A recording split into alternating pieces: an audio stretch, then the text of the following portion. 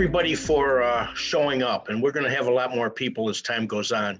We're having a couple of no-shows today because there's a special presentation offered on suicide prevention. So we're not going to have Kate and Dave Iacovoni. So, and the second thing is that Rich Westman has to leave by 8:30. So we're actually going to put him on first, and then we will proceed. So welcome to all of our legislators. We have Avram and Dan and Rich and Heidi. That looks like it at the moment. So Rich, why don't you begin, please? What he didn't tell you is I'm headed to the dentist, and I've waited two months for an appointment. So, and this was the only time I could get in. So I thought I better go. So, so we are off to a fairly fast start in appropriations, which is my afternoon committee. Appropriations, it is just agreed with the House on a budget adjustment. We're about to do a mini pared down federal stimulus bill that is all the stuff that we can all agree upon needs to move quickly. A piece of that is the $200 million for housing and for rental assistance, and pieces around that are about out the door. And we're generally taking testimony on the 2022 budget. My morning committee in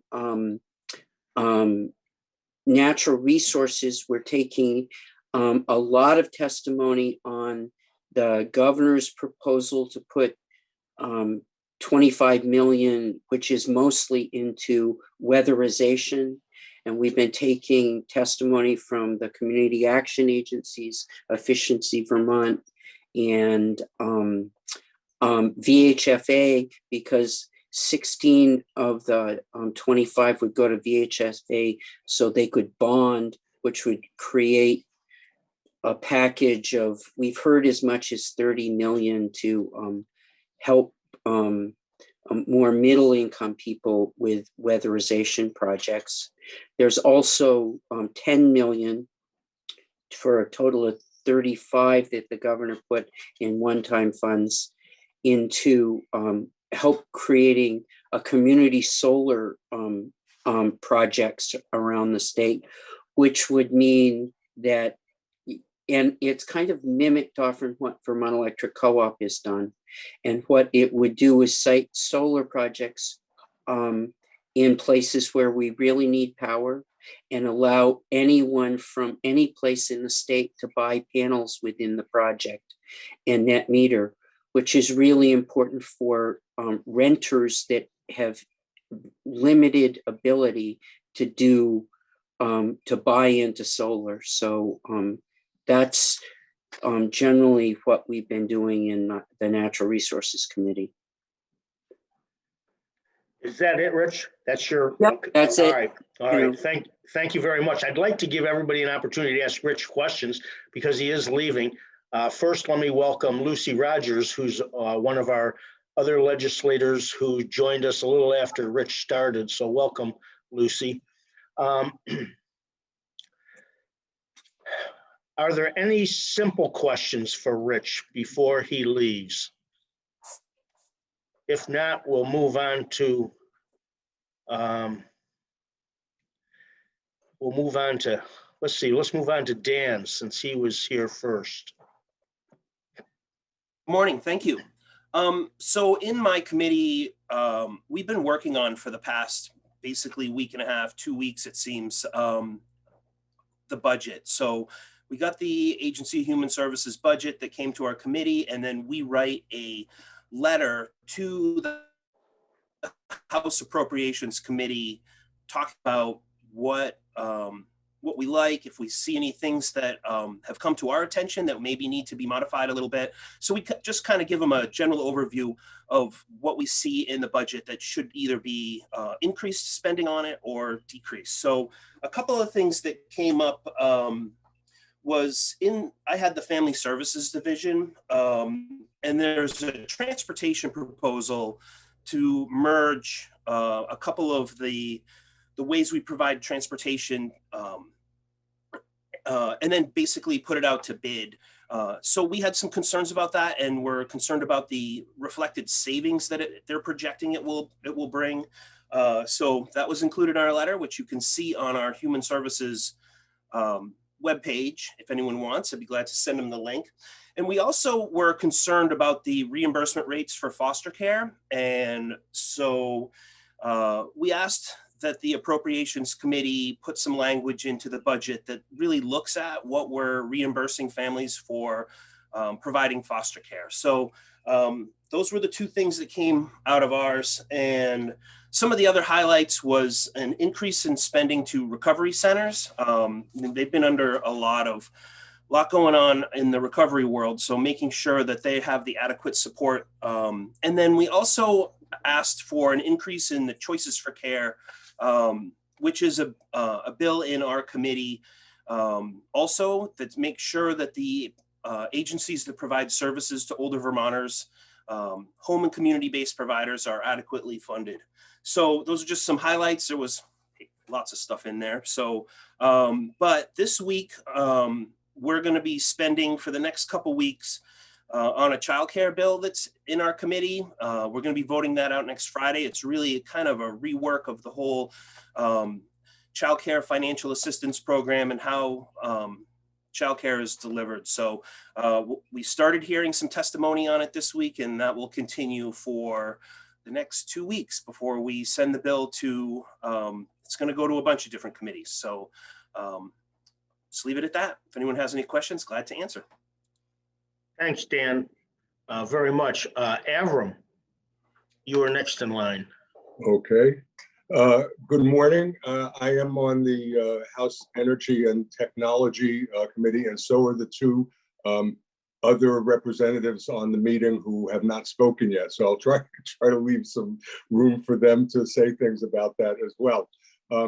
We have been the biggest piece of work that our committee has been doing thus far is a very major, multifaceted broadband expansion bill that is getting close to being finished, and we should be voting on that, our committee, pretty soon, and then sending it on. It has some spending and a small revenue component to it, so it will go to other committees as well.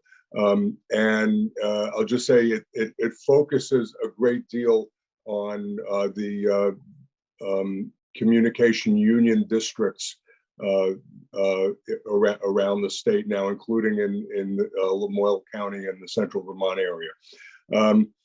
The other thing we've been working on so far is giving feedback to our House Appropriations Committee first on budget adjustment, and then on the governor's proposed budget. Rich mentioned weatherization. That was one of the areas that we commented on in favor of, not the particular program to expand weatherization to somewhat higher income people, as well as two other smaller components.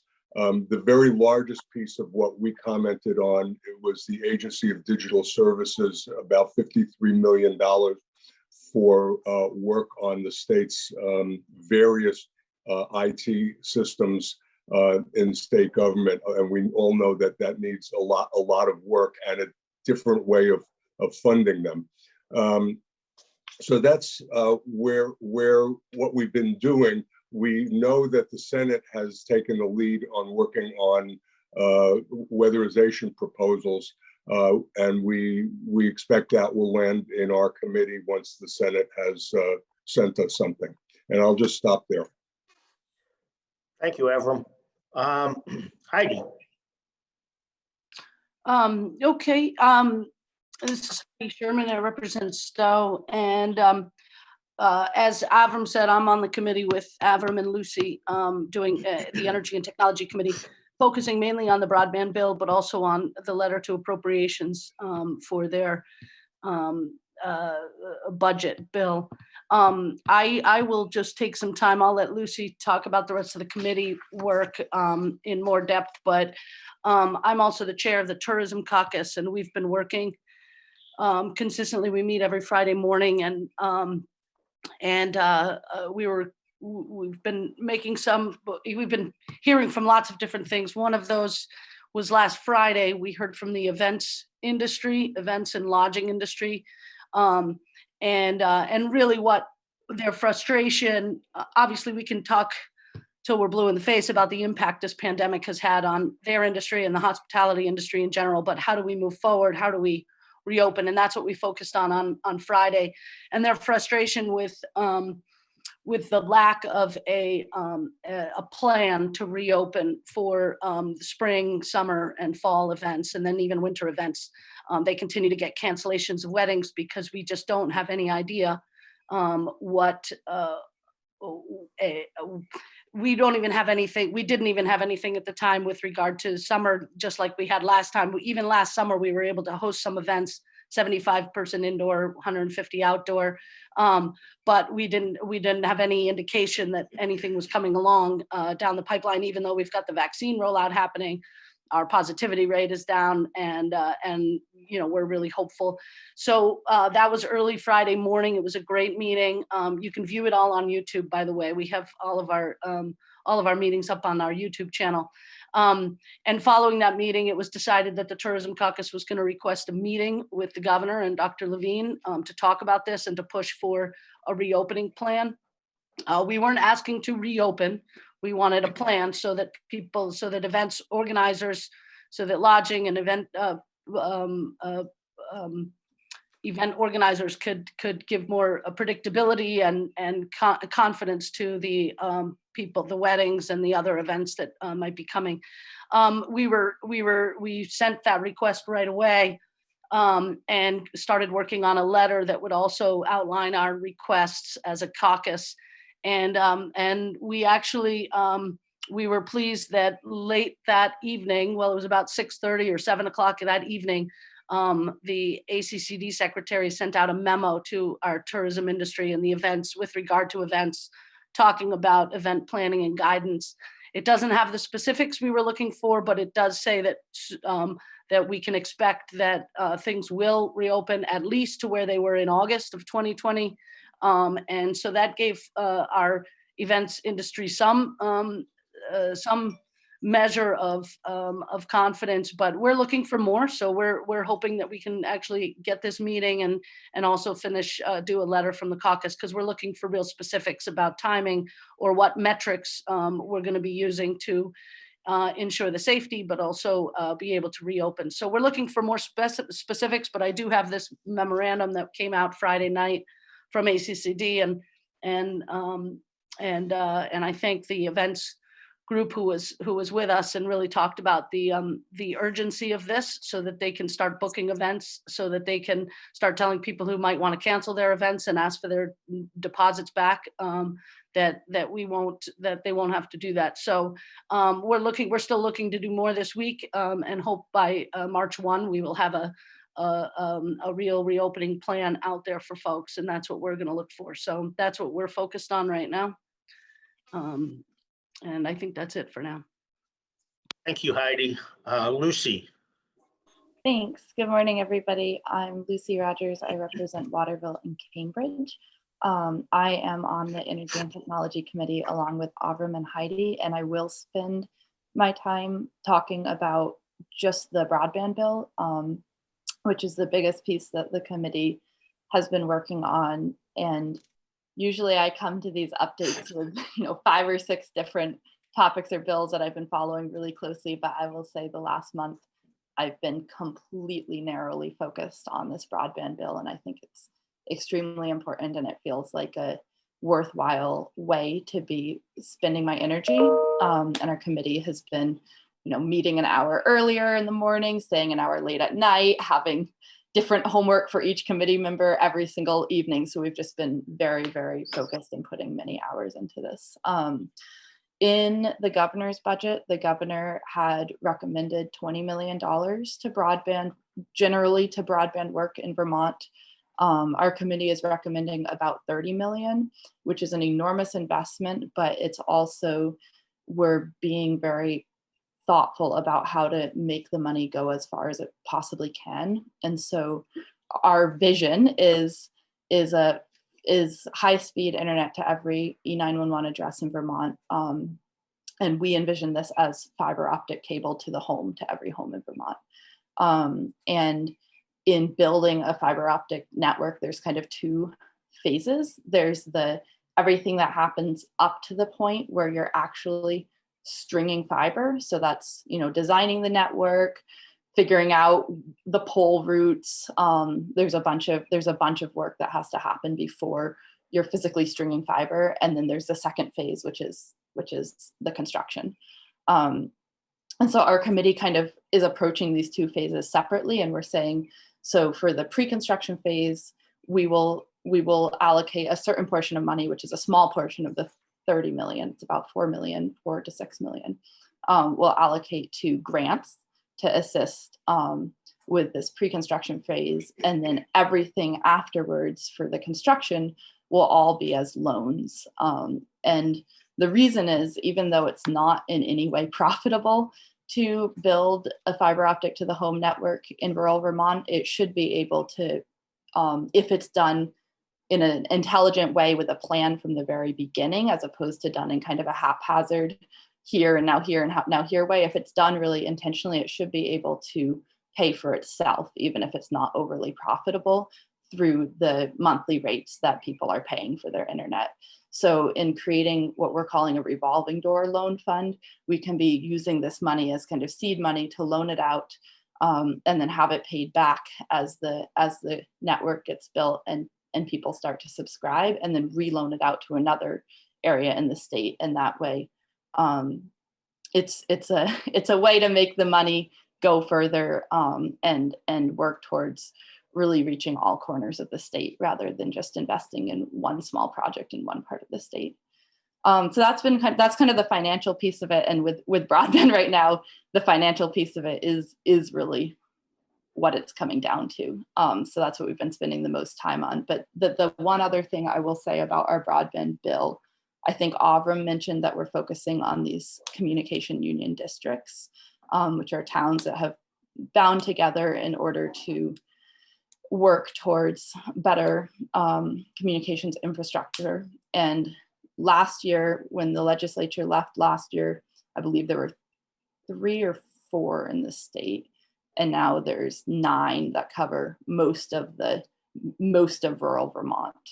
And so our committee's had a lot of discussion about how to kind of balance putting money into these public communication union districts versus private companies. And one thing we've just talked a lot about is this idea of public money going into public infrastructure. So it doesn't mean that the fiber needs to be owned publicly by a communication union district, but it means that if we're putting public money into building fiber, it needs to be being put into building fiber that's done in collaboration with a public entity as part of a plan to build in a way that actually is working towards getting fiber to everybody, that is accessible, that's affordable, that's high speed, and then going forward into the future, having an element of local control about what do we want our communications infrastructure to look like, and how is information transferred over it. And this is something that is a pretty big shift in Vermont policy, and I think a really exciting and important one as we think about being responsible stewards of public money. So that was a longer update, but I'm pretty excited about the work we're doing. We'll pass it out in the next few days, and then it has a long journey, first to House Ways and Means to work on a couple tax pieces that we're recommending, including then to House Appropriations, and then to the full House and over to the Senate to go through the process over there. Thanks. Thank you, Lucy. We've been joined by Mark Higley. Welcome, Mark. Would you like to, you're the last one, everybody's been before you, so please update us. I will tell you that Rich has to leave at 8:30, so just so he may disappear at some point. Okay, well, thanks, and sorry I'm late. I had a little trouble getting in, but that's the world of Zoom. I currently sit on the Government Operations Committee. Last year I was on Energy and Technology. I'd actually requested GovOps again because, as you may know, we're going to be going through another redistricting process here next year. It's already started. The Legislative Apportionment Board is starting their work. We just got some information, though, that the census figures really won't be in until possibly September. So we have statutory requirements, and we may have to change some of that or get started initially anyway, but it could slow down the process, and we're not really sure where that's going to go. We heard some preliminary figures that actually, I think it was Bennington and Rutland counties are actually reduced in population, which seems a little surprising to me. So that's one of the big things that's going to be coming up, especially starting next year. Like I said, the Legislative Apportionment Board is working on that right now. The other big issue, I'm sure you're all aware, is the pension issue. We've actually been working first on OPEB, which is other post-employment benefits. It's on the teacher's side. It's looking at going to what they call a prepay program instead of what we're doing now, which is a pay-as-you-go. We've taken a lot of testimony from people like Mark Crow from Vermont Business Roundtable and Tom Eustace, our state financial director, talking about this is definitely the way to go is the prepay, because in the long run you're going to save millions and millions of dollars. Of course, the issue is with the prepay plan in the governor's budget right now, he has $14 million for this, and we would have to add another $6 million. And then the treasurer has worked out a program going forward of a 10% increase. I think it's until possibly 2025, and then dropping down to a 3% going those years after. And again, that's just what they call OPEB, other post-employment benefits. It's not the pension. That's another whole issue in itself. Hopefully, through the process, we're gonna hear testimony for other options than what we're currently doing right now with the defined benefit plan. Other states are in the same boat as we are. Some states have been bifurcating the system, working to keep the defined benefit they may have on their employees, but also new employees coming in under a defined contribution plan or something similar. It is possible. I believe it's something that should be considered and looked at. Again, if we can honor our current commitments, but move forward with a more realistic program that provides good benefits, but also doesn't put the state on the hook for, $4.6 billion in unfunded liabilities. That's a big issue. We've got a long ways to go in that regard.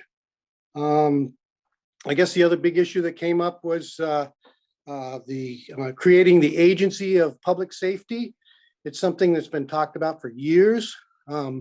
Back 12 years ago when I was on GovOps, we had considered that and looked at that. It was in the governor's executive order. The House chose not to approve that, but now through a Senate bill right now, or working into a Senate bill, the Agency of Public Safety is being considered. Again, it's difficult with the Zooming process. I believe that the Zooming process is terrible for public input as well as lobbyist input. I've heard it from lobbyists. I've heard it from the public. So a lot of times with these larger lists on certain bills, I don't think we get the input that we really need a lot of times. And it seems like a lot of this is on a fast pace as well. I guess a couple of things that are concerning to me that I've had a lot of my constituents reach out to me, and it's part of why I signed on to a bill H-283, which gives individuals the right to accept or refuse healthcare and medical intervention, testing, treatment, vaccines, all that. There's a couple of bills out there that are looking for just the opposite, to do away with the religious exemption for vaccines. There's another one, I believe, to allow 16 through 18-year-olds to get the vaccine without parental permission. So again, I think I've had a number of constituents with concerns for that, and hopefully that'll be taken up. But again, you know, that's really up to the speaker and the majority. On the Senate side, I know the other day, it sounds like there's been a push by the Secretary of State, VPIRG, and others to continue the mailed out ballots to all registered voters in the state of Vermont for the general elections going forward in primaries. I don't support that. I have a real concern. There's some things that happened during the last election. My town of Jay received some Barton ballots. The only difference in those two ballots was my race and the justices of the peace for those towns. And because there was nobody running against myself or those justices, nothing was done other than the town clerk put out on the webpage that if you get one of these ballots and you're aware of it, bring it in, we'll shred it and give you a new one. Hi, Rich. And then in the town of St. Albans, a lot of their ballots went back to St. Johnsbury, and St. Johnsbury had to mail them back to St. Albans. I believe there was a few other issues. Those are the ones that I heard about and mentioned to the Secretary of State. That was basically the fault of this mailing house that mails out these hundreds of thousands of ballots. And I guess I heard too, the other concern that I have is it looks like they're working in a provision where I guess there was 6,000 votes roughly that were spoiled ballots during the primary. Folks didn't fill out the ballots correctly. And there's going to be a provision now where if your town clerk realizes that there was a problem with any of these ballots, then they're supposed to send you out a postcard and allow you to vote again. So again, I argued in committee talking about it initially on our side, on the House side, that, I believe there should be some responsibility in voting. And just with the two examples that I've given of some issues, there's plenty of others, as well as, receiving, I received the ballot for my son, who has this as his home base and his home address, but he was in Philadelphia at the time. So now it's up to me to make sure that he gets that ballot. And to me, if he has the wherewithal and really wants to vote, all you have to do is, contact your town clerk and you can get an absentee ballot. And again, the cost is roughly $3 million this last time for the primary and general election.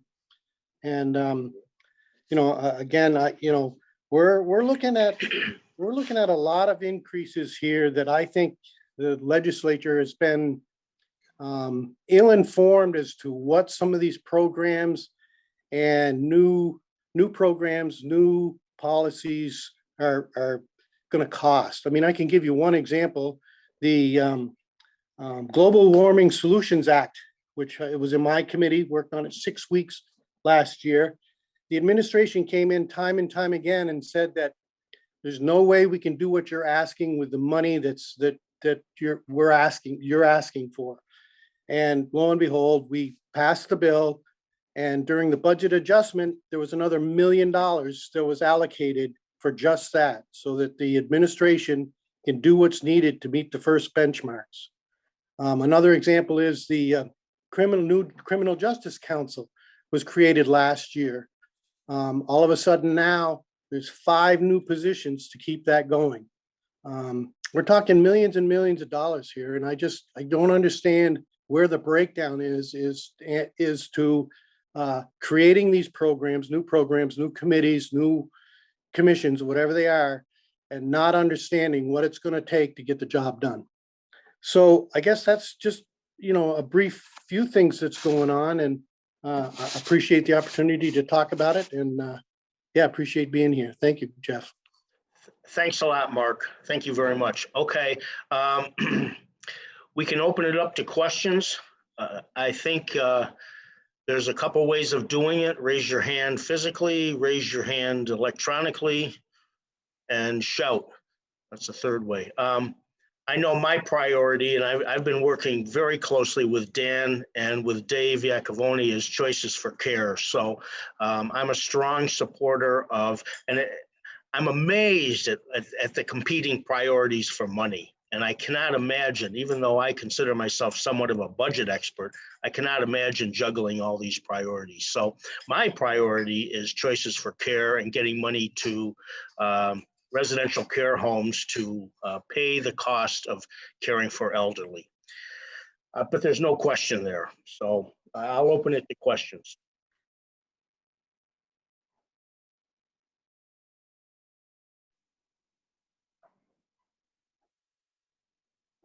Tess, I'll ask one.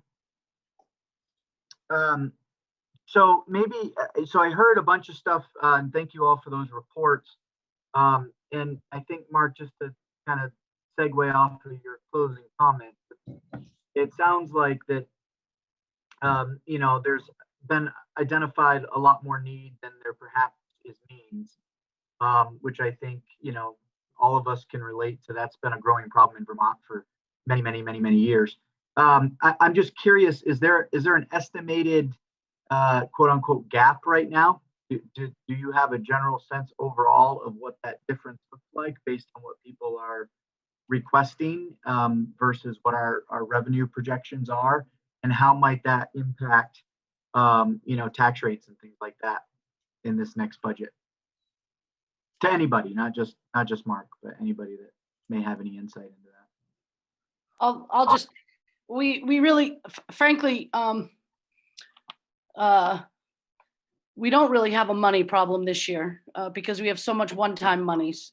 We could actually pay for all of our services and all of our programs in this coming budget. In addition, there's 200 million in one-time monies to spend. So it's the long-term spending that we're talking about, and whether or not what we can do with one-time monies that will make a difference, that will be impactful, but not depend on one-time monies for ongoing expenses and ongoing programs. So that's the challenge. So there's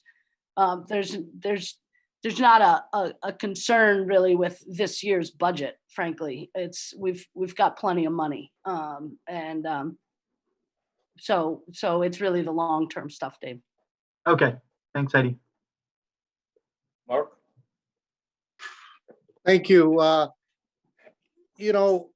Again, I agree with Heidi. The problem is a lot of this one-time money, you have to be careful with it. Again, we're looking at possibly infusing that additional $6 million for OPEB on top of the governor's recommend to kick this off, to kick this prepay off.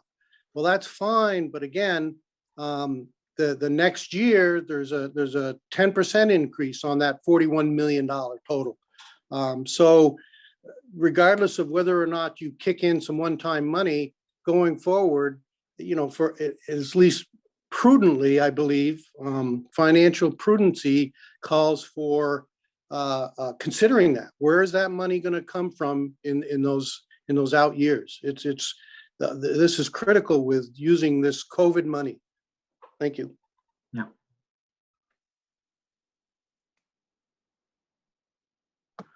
Amy? Hi, thanks. My question, I guess, is for Lucy, and all of you who are on the committee that deals with the technology and Fiber Connect.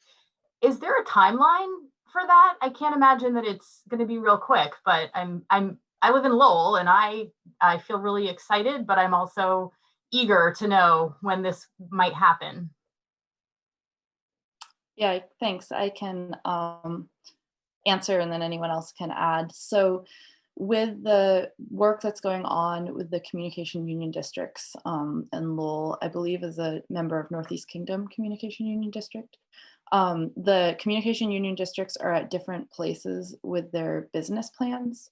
And I believe Northeast Kingdoms is out. So maybe, not sure if Mark would know, but I know Lamoille's business plan, which is most of the other towns in the county in Lamoille. No, and I'm representing the Lanphier Library, so Lamoille County specific as well. I'm not trying to, shift the demographic to the Northeast Kingdom, just in general.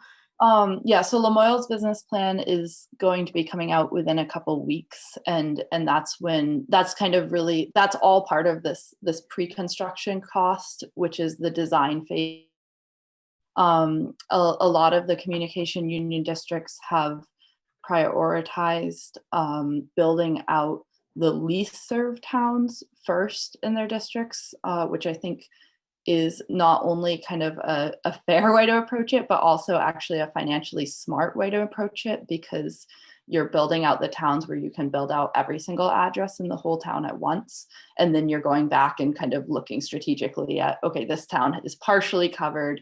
How can we design a network to fill in the gaps? So as far as a number of years, I don't know that we have that as a hard number, but I know that we're looking in kind of the next few years making really significant progress and getting to the I think it's going to be a thing where you can get to 80%, and then just getting that last 20% of houses is going to be an ongoing longer term piece. Thank you. And our statute says every house by 2024. And I think it's laughable that we've in statute over the last 10 years repeatedly put these dates in. Oh yeah, I was part of a commission in Lamoille County to get regional broadband by like 2011. So yeah. Right, exactly. And so I think our committee has really tried to say, we're just making fools of ourselves if we're focusing on putting random dates and statutes rather than actually focusing on how do we get the money out to the communities to build. And so we haven't changed the date because we just kind of feel like this is not even the point right now, but we've been really careful to not be publicizing that number because we know it's not attainable. And the goal is to really focus on a long-term effective program, not on, making yet another date promise. But I see Mark has his hand up, so I don't know if Mark has one back. Yeah, Mark, is your answer related to this? Okay. Yes. All right. Yeah. No, I'd just like to chime in. So I was on Energy and Technology last year. We are a member of the Northeast Kingdom Community Communications Union District. Evan Carlson, who's part of that, talked to me especially about, because I asked that hard question as far as what are we looking at? And the farther reaches of some of our rural areas are, in his words, 10 years out. And that's I think that's a little bit more realistic. I know even now, Lowell and Westfield and some of these towns that I represent aren't involved in the first round of this push out. They're more looking at St. Johnsbury, Newport, actually some of the bigger towns too, like some of the internet companies looking for that revenue stream to get that up and going. And again, I apologize for not being here, but I was going to ask Lucy, and maybe she already talked about it, but I've been at a couple of meetings where individuals have talked about this Starlink, which I believe is right around $400 to $500 for the initial dish and roughly $99 a month afterwards. And I've heard that there are folks in Vermont, some of the rural areas, that are having luck with that. And I'm just wondering what she's hearing in the committee in regards to that. That could be a game changer. Avram. You're muted. I want to get to Heather too. So Heather, you're up next, I think. Okay. Yeah, I don't think it's a game changer. I think it's actually gets in the way of getting broadband to everybody. Because first of all, there is the cost. It's a very high cost. And secondly, given the topography in Vermont, it will not reach every address. It will reach certain addresses in rural areas, but not everywhere. So to the extent this picks off people in rural towns who might otherwise become customers of the service offered by the communication union district, it actually is, in my opinion, not good. Although I understand a neighbor of mine who happens to be the alternate on the board of the CV fiber, the communication union district that Worcester is in, he got one of those because he had the worst possible connection and it wasn't functioning, and he had to do something, even though he intends to join to get service from fiber when it comes up our road. And I'll just add that I think 10 years is probably a more realistic number to get to the last mile. The two electric co-ops were started in 1938 and 1939, and they were still hooking up and running new lines in the 1950s. Can I just, Mark, I'm gonna just jump in here, Jeff, if you don't mind, because I have asked, because I don't think we know enough, frankly, right now, about Starlink and its potential and what their plans are. So we might actually be hearing from him. It won't be anything in this bill. I don't think if we do anything at all, but I think it's important for us as a committee to understand Starlink and what it offers and what it might be able to do. And I will say, and if Avram's right about 10 years, then it could very well be a bridge for some of these folks to ensure that they can get some service, good, relatively good service until broadband comes and or fiber comes. I think there I suspect we will learn that fiber is the technology we want to invest in. But in the meantime, as we're trying to get out to these places, Starlink might be a something that can be that Vermonters can get. So I think it's important that our committee understand it and learn about it and hear from people who know about it. I think it's and I think we might be doing just that. So we'll keep people posted, I'm sure. Thanks, Heidi. Okay, that was good. Heather, give you a chance to jump in here. Do you have a same subject or different subject?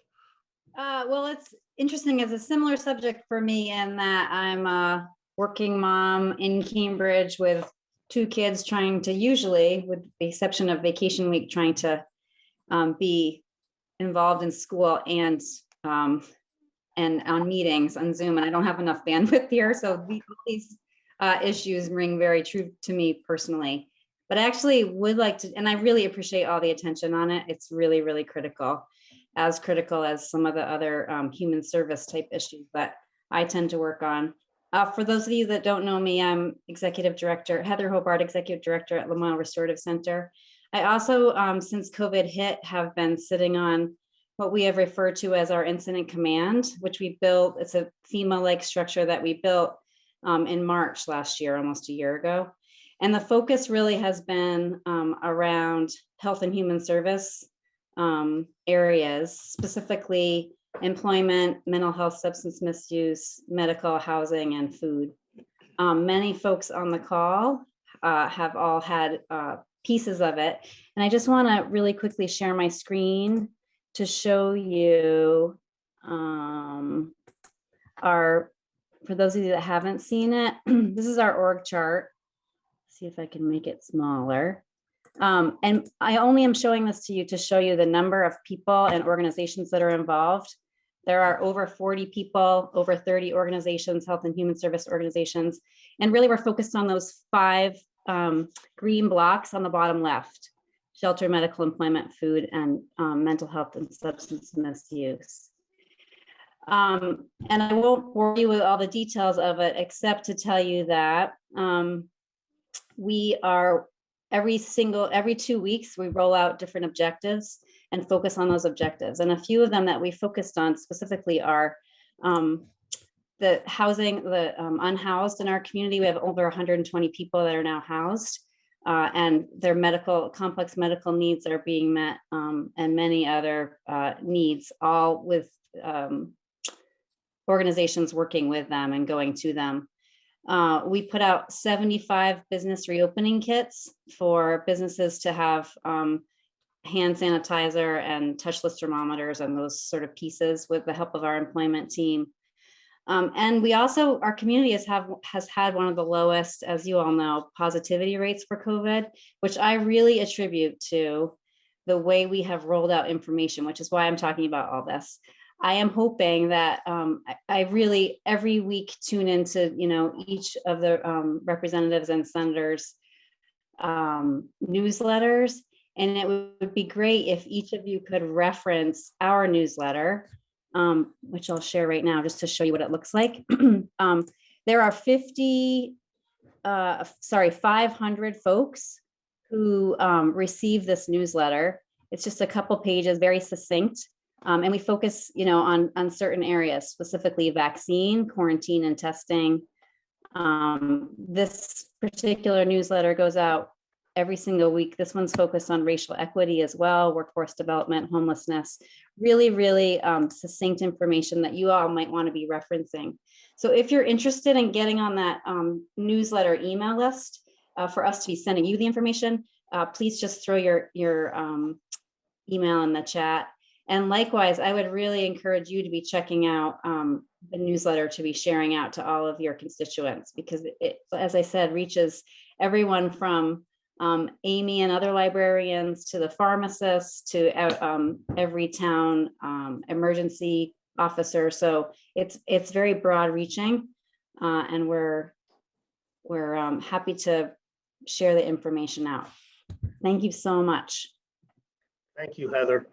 I'd like to, Tommy. Good morning, everybody. I miss seeing a lot of you out in the community. I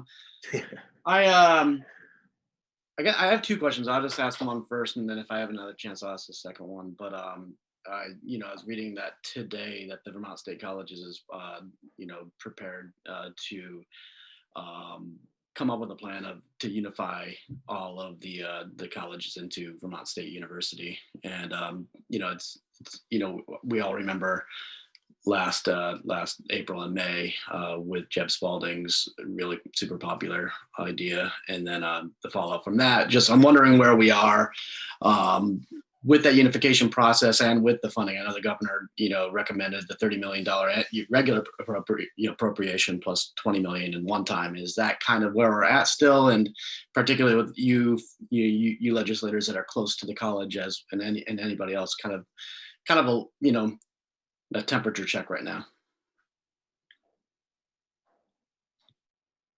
Mark, you're muted. Thank you. I think the figure that they're looking for this year is 46 million. And anybody else that knows different, please chime in. But it's going to be a heavy lift. I know appropriations is looking for that extra money. But again, I appreciate all the work that's gone into looking at some form of reorganization there, and I'm hopeful and confident that we'll find it. Again, it's critical for the area, not only culturally but for local students to have an opportunity and a place to go locally. And it's got to happen, I believe. Thanks. Thanks, Mark. I do want to go to Michael Rooney's next, but Dan, do you have a related comment about this, or? Just it's about how important making sure our state college system is adequately funded and available for Vermonters, not only for workforce development, but just so that we all have kind of these anchors in the communities that provide employment and people coming to Vermont. There's just so many parts of it that are so important. I was thinking this weekend, our appropriations committee in the House is about to take up the budget. And I remember when, as Tommy was talking about, when they proposed to close it down, there was a huge outcry. Not a bad time to have that happen again. Make sure that people understand that the need is there across Vermont, and make sure that the appropriation committee understands that this is a priority. So I'm not on appropriations, but I'm talking to them all. So Okay. Thanks, Dan. Lucy, is yours related? Michael Hartman has a question too, but Michael Rooney needs to get in there first. Lucy, is your comment? All right, go just ahead. really quickly, I pretty much second everything Dan said. I think I don't think people should not underestimate how much of a difference it can make if 100 people reach out this week and say, I was in touch last spring about state colleges, and it's still front and center on my mind as I think about budget priorities. I also will just say, I think in conversations I've been having with other legislators, it's really important that we're at this moment in time addressing the long-term plan. And I think there's a concern that this idea of consolidating, while it might be a really good idea and probably will, I think the reports seem to indicate that it will realize savings and is a good way to move forward, that's not going to be in and of itself the fix, that then we won't be back in the same position in 5 years. And so I think it's really important that while we do have this moment of attention on lots of issues with long-term funding for our state colleges system, that this is the time to kind of get it right for the next 50 years, not for the next 3 to 5 years. So I think that's kind of the biggest thing that I'm thinking about right now is what are we doing that's either a significant enough change in our funding structure or in the structure of the universities that it really is making it possible to have them sustainable for decades.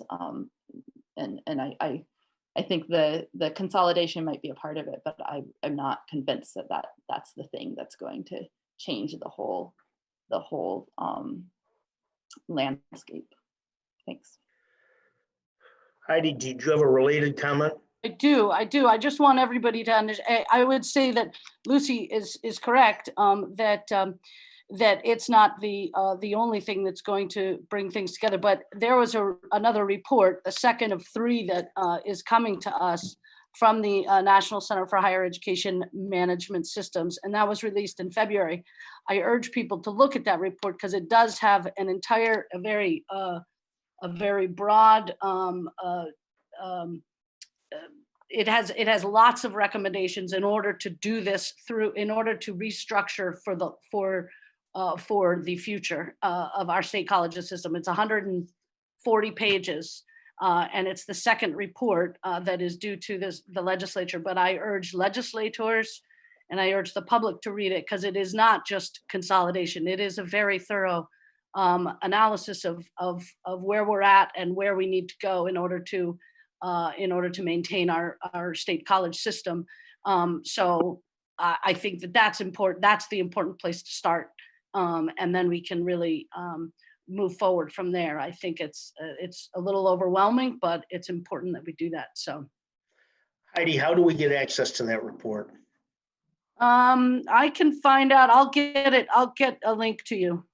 All right. Well, I'll get a link to Tess if you would, Heidi, Yeah. because she'll keep us all in the loop. And I think you can take back to the State House that the Lamoille County constituents are in favor of a solution, whatever that solution is, because we appreciate what the Vermont State Colleges brings to the state.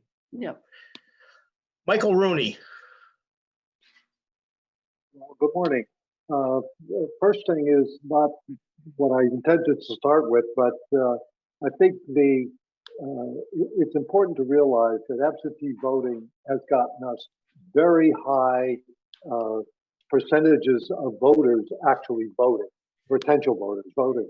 And anything that gets us that increase is well worth it. We ought to really go and get 100% voting, but we're not going to get there, I know.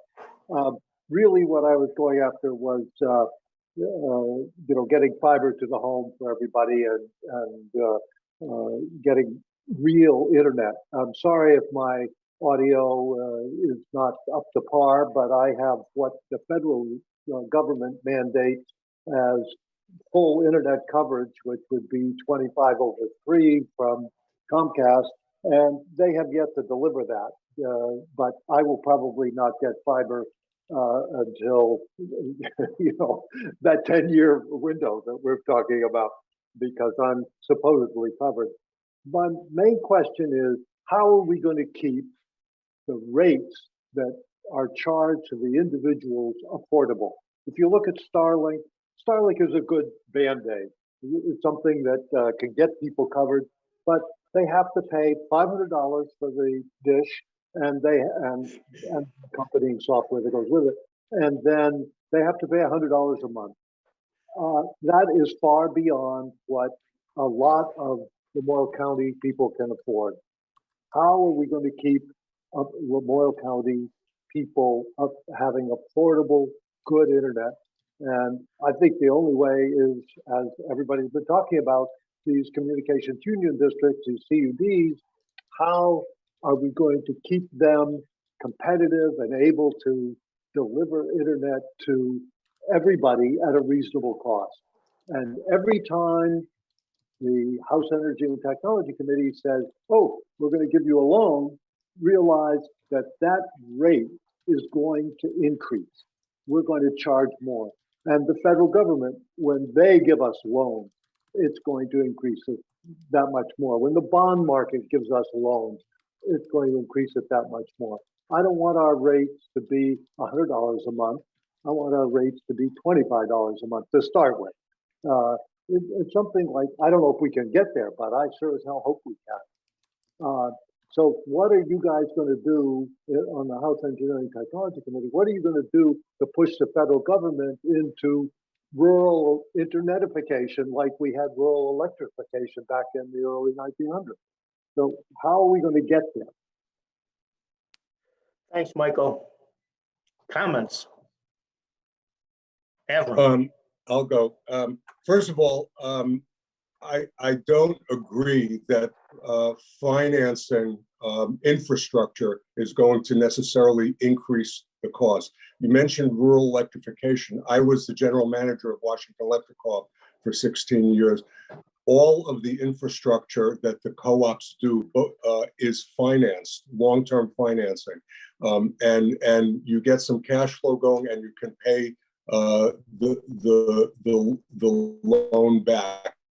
I don't think you're going to get necessarily a cost of $25, but I do know that the longest existing communication union district, EC Fiber, which serves large parts of, actually serves now large parts of Windsor and Orange County, has much lower costs than Starlink does, and has now set up a separate nonprofit to raise funds to help lower income people basically subsidize their service. And it's their intention for that nonprofit to go statewide so that it can help people in all of the communication union districts once they actually start providing service. It's so the fact that you borrowed to build infrastructure, I do not. Of course, it matters what the interest rates and the terms are, but that does not necessarily mean higher costs in the end. And as a matter of fact, just to give an example, and the other committee members know this, Washington Electric Co-op, whose service territory overlaps with 3 CUDs, has proposed that they borrow money from the rural utility service 30 years at 1.5%. You can't do, and no one else can get that kind of financing to get fiber on their poles, which they in turn would lease to the CUD for broadband broadband to the home. So there's financing and there's financing, there's borrowing and there's borrowing. I think it's a way to get the infrastructure built. And then you have the operating cost once it's built, but it's a big push. You can't simply, no one's going to write a check to build all the infrastructure, and that's not how the Rural Electrification Administration did it either. They did it all by lending to the co-ops around the country. Thank you, Avram. Dan, is your answer related to this? Okay, and Yes. after that, we'll go to Michael Hartman. Great, thanks for the question. Just a little small piece of how we're gonna, my thought around how we can maybe try to keep some of the costs down. We've seen during COVID and that older Vermonters don't have access to internet. And so one of my thoughts was to really look at how we can include internet, just like we have Lifeline for older Vermonters.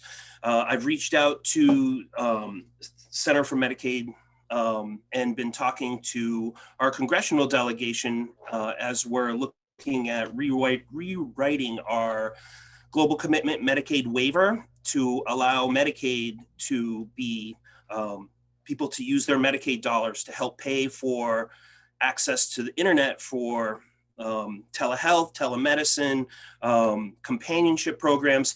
And what this will do is it will increase uptake of services for our CUDs and hopefully bring the cost down across the whole spectrum. And it's very small, but if we can figure out these little pieces, we may be able to put it all together and make it work. So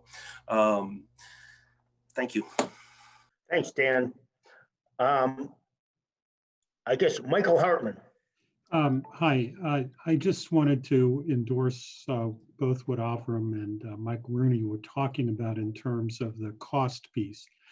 We had to suddenly a year ago turn to doing a lot of services online, and quickly found that we had a portion of people who couldn't possibly do it because they couldn't get internet because the rolls were full and they couldn't get on, or they can only do audio, not video and audio on their internet connection because it's not powerful enough to do the video.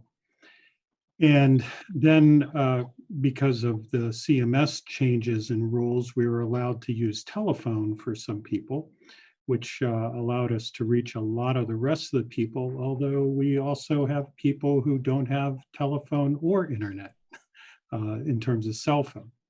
So it's still a pretty precarious piece for a lot of people in certain parts of the area. Up towards Mark Higley's area is one of the spots where we really have some challenges helping people there.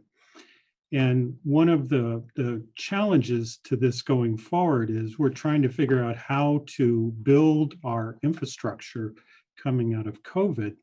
And being able to do the video therapy model has been really helpful for some people. It's a preference they have. They don't have transportation. It's a long ride to get into our office, et cetera. And I've heard this pretty much echoed by Matt Sadowski over at Behavioral Health and Wellness as well, that they have a large number of people using video connections. And I think a fair number of people in the private community. And the challenge is right now, there is a huge demand on these services.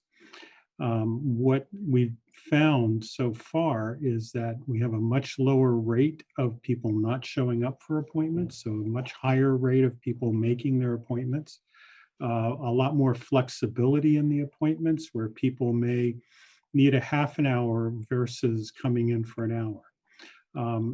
Things along those lines as well, as sometimes even shorter calls.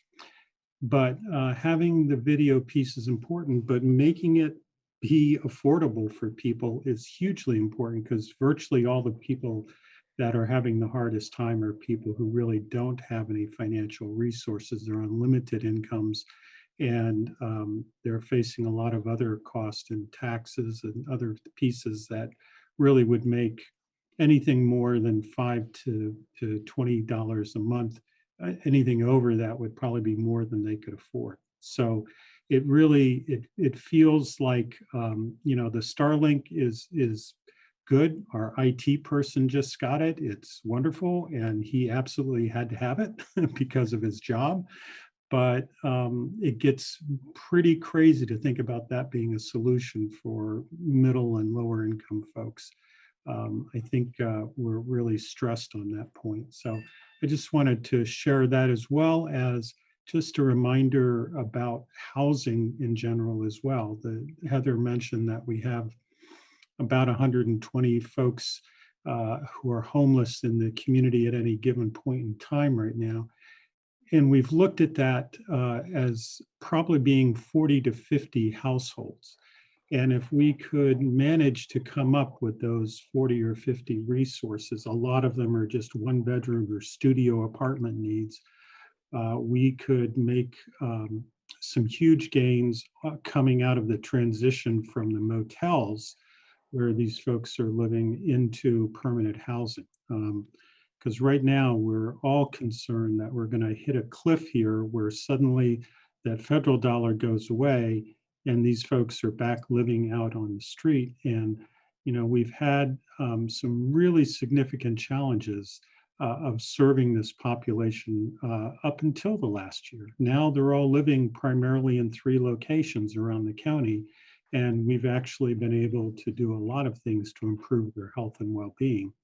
And so I think there's a huge amount of investment that could be made to save health dollars going forward, because the other thing that we see is that people delaying healthcare, which we've seen a lot in the last year, proves to be a lot more expensive. People come in with much more serious health and mental health issues because they've delayed in getting that help. So I just want to, again, give voice to that, and thank you all for your efforts. It's great. We got 3 people on that one committee. That shows good strategies there. Thanks, Michael. I'd like to shift over to Allison Link. She has, if she's still here. Yep. Oh, hi, everyone. We got a few kids at home here. Obviously, my background shows who was on the computer last. Anyway, I'm wondering, I'm Allison Link from Healthy Lamoille Valley. Sorry I missed the beginning and I've been a little in and out here, but wondering if there's any update on any substance use or misuse related topics going on within your committees, you know, around any updates to the retail cannabis and or anything else. I know between the time when we met last time, there was Recovery Day and there was also a Tobacco Prevention Day with the town hall. So just wondering if anyone had any intersection with anything in the past month. Thanks so much. Thanks, Allison. Anybody want to comment about that, Dan? Yeah, just really briefly, in the letter that the Human Services Committee sent to the appropriations, we do outline some concerns we have in the governor's budget around funding for ADAP, we ask for an increase to the recovery centers, and we also are talking about this was not my part of our budget letter, but it still came through our committee. So all important stuff. Looking at increasing the salaries of master's level substance use disorder counselors, and an increase in the tobacco prevention funds, the tobacco control prevention funds. So yes, we did have some discussion about it, and there was some concerns raised around and making sure that a lot of these programs are adequately funded. I'll make one small comment. I attended the Recovery Day this week, and I will say that Lamoille County has one of the strongest executive directors of their recovery center in the whole state. North Central Vermont Recovery Center is managed by a team of people that are extremely strong, and we're very lucky to have them. So just wanted to raise that. Yeah, Heidi. I just wanted to, Allison, I appreciate it. I will say one of the obviously everybody has challenges with COVID and the Zoom and all work and in general. I just want to reiterate what Mark had said earlier with regard to, it's really, I generally pride myself on keeping track of lots of things in the legislature, on committees that I am not a member of, whether it's education issues or substance abuse issues, substance use disorder issues, or appropriations or anything like that. But it is very frustrating via Zoom. I get requests every day for various, that are priorities of the people of my community that I don't have answers to, and I try. But normally when we're in the State House, we can talk to the people in the committee, make sure what's going on and keep track of bills. It's just really, really difficult to keep track of things that aren't in your committee. Even though they are priorities of ours, I just want to stress that it's really, and again, I know it's difficult for everybody with regard to work, but that's one specific problem that I used to pride myself on as a legislator, that I was able to keep track of lots of different things going on, and I'm really unable to do that in this year, unfortunately. So my apologies. I don't have any other answers other than what Dan said. All right. Thank you, Heidi. Can I just add to that a little bit, because it's so true. Like when we're down in Montpelier, I probably talk to 100 or more people in a day. Like you're in the, just trying to figure out what's going on and making sure that you understand what's going on in all the committees. And now I'm in my daughter's room and spending the whole day on Zoom. So, it's not, it's definitely a little different, but we do the best we can. It's starts early in the morning and usually goes until the night. So anyways, good point, Heidi. Thanks, Dan. There's three hands up now. It's either Tommy or Avram. Avram, I'm assuming you had a comment about a prior subject. I think Tommy has a second question. So if you can hold off a second, Tommy, we'll let Avram pipe in. No, my hand was up from a previous comment. I just took it down. Oh, all right. Okay. Then Tommy. Thanks. An interesting, I'm working on an interesting piece, I think. I've been hanging out with Dr. Bob Arnott.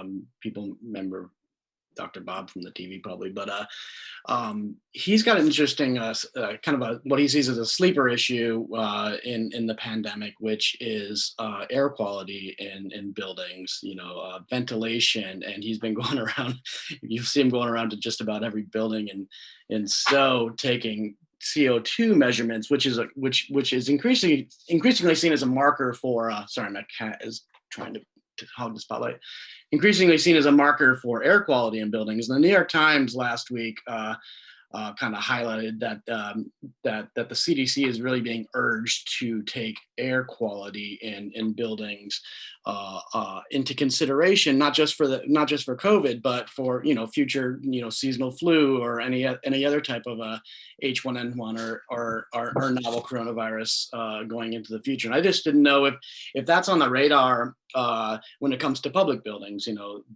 the house. I mean, you all want to get back there. Is the air quality standards, something that is on anybody's radar quite yet? The Times article kind of explained that it was like kind of the obvious thing that people are just getting around to 10 months later, because we are arguing about whether or not to wear a mask for like 3 months. Thanks. Thanks, Tommy. Comments? I haven't heard much of anything, Tommy. So. Yeah, it's fairly new. It's a fun, interesting. I think Dr. Bob is certainly one, but I think engineers and what have you would be other people that we'd have to talk to and find out what precisely their systems are and what systems are effective, what systems are good, and but I haven't heard anything. Again, this could be a result of me just not hearing things as much as I would if I was in there, but I haven't heard anything. I know last year they did some work at the State House, around mold. So and looking at the air quality there. But that's not like our, I'm sure we could run something down with Building and General Services, what they're looking at across all state properties. But I'm sorry, don't have a lot more than that for you. I'll chime in that. Yes, I do remember that there was money in the budget, probably the capital budget, for some air quality work at the State House. And this was, I'm pretty sure, pre-COVID. I'm not remembering the details. And I think that our Department of Buildings and Grounds has been working on air quality in bits and pieces, not in some huge statewide project, but is examining air quality issues in state buildings at any rate. And of course, we know in the news about particularly bad situations like the school in Burlington and things like that. So this is getting attention now at any rate. Just a second, Mark. And I hear that the schools are being addressed with a lot of emphasis right now, just to get kids back in, is the ventilation. Mark, did you have something? I did, Jeff, but it's not on this subject, so you can wait on me if you'd like. Well, I think we're into our next subject now. And are you happy with what you got, Tommy? I'm fine. It seems like it's as new to kind of everybody. I mean, it's something that y'all can read about next week, I guess. And maybe Dr. Bob, and I think his name's Brian Irwin at the state. He's kind of the state guy. So we'll find out. Thanks. All right. Thanks, Tommy. Mark? Yeah, Jeff, this goes to, I believe, your interest in residential care. You may or may not know that a couple of residential facilities up this way have closed their doors. Scenic View from Rural Edge ran it, Derby Green. I went to the meeting at Scenic View, and that issue is around the lack of funding through Medicaid to keep things going. Tragic that there's two buildings that would, supply over 50 beds that are just vacant now, have been for years. And I don't know what the answer is, but this may go to Dan's thought of possibly extending Medicaid to the internet. I mean, if there's not enough money to go around to even keep residential care facilities open, it's a money issue, and to divert some of that money for another whole issue is in my mind not the answer. I mean, it'd be great, but wow, there's not enough money to go around as it is. Just something to think about. I don't know what the answer is. I don't know how we can keep these facilities open, but I think it's tragic, whether it's partial for homeless facility and partial for residential or whatever it is, but it's tragic that these buildings are being heated and kept going, but no use. Thanks. Thanks, Mark. I can just add an administrator from one of our facilities testified before the Joint Appropriations Committee a couple weeks ago, and the request was that we get a 2% increase in our Medicaid rates, and we get it put on an annual. We have not had an increase in Medicaid in several years, so the request is just to get us on a schedule. And 2%, it doesn't come close to doing what needs to be done. So it's a big issue, but everybody's issue is a big issue to them, and we're trying to keep the elderly safe and alive, and we're struggling. So okay.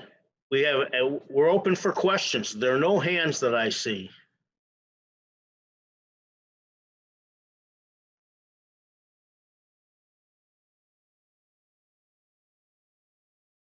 Well, I think we've covered quite a bit of territory today. Oh, Tommy.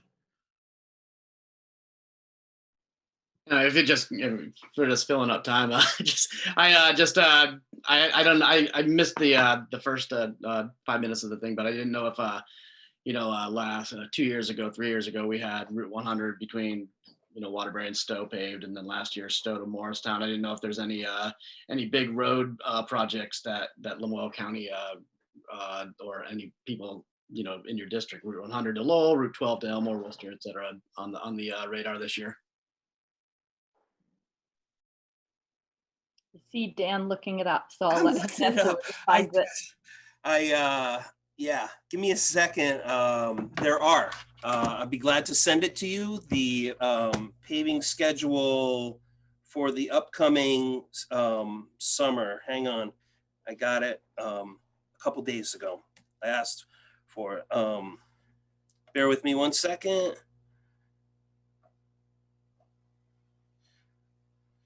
So it looks like they're doing Cambridge to Johnson, 11 miles, Johnson to Morrisville, 9.5 miles,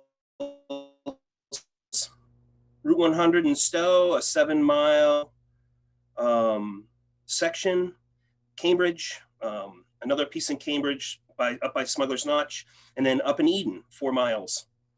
Glad to send it to you, Tommy.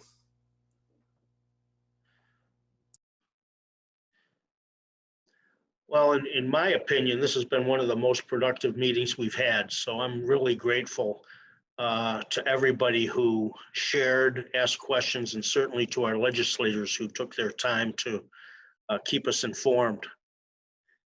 Are there any other questions, comments?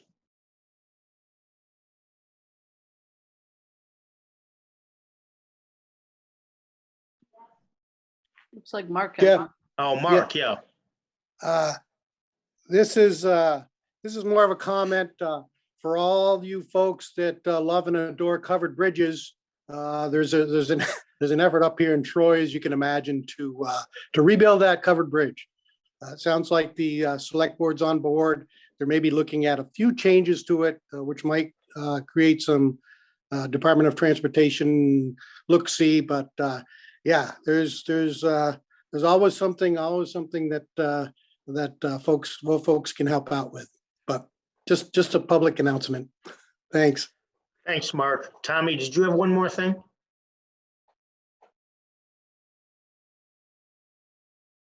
No, just forget to put my hand down. Sorry. All right. All right. Well, if there isn't anything else, and I'm hesitant to cut it off short because everybody has been so helpful today, but thank you all for showing up. We will see you next month. I will ask, I didn't see in the chat, I will want to make sure that we get a copy of that report on Vermont State Colleges. So I put it in the chat. okay.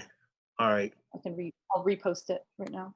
Well, I can also email it out to everyone. yeah, if you would do that, the chat thing is tests our age our generation. So all right. I can email it to everyone. Thank you everyone for showing up, and we will see you next month.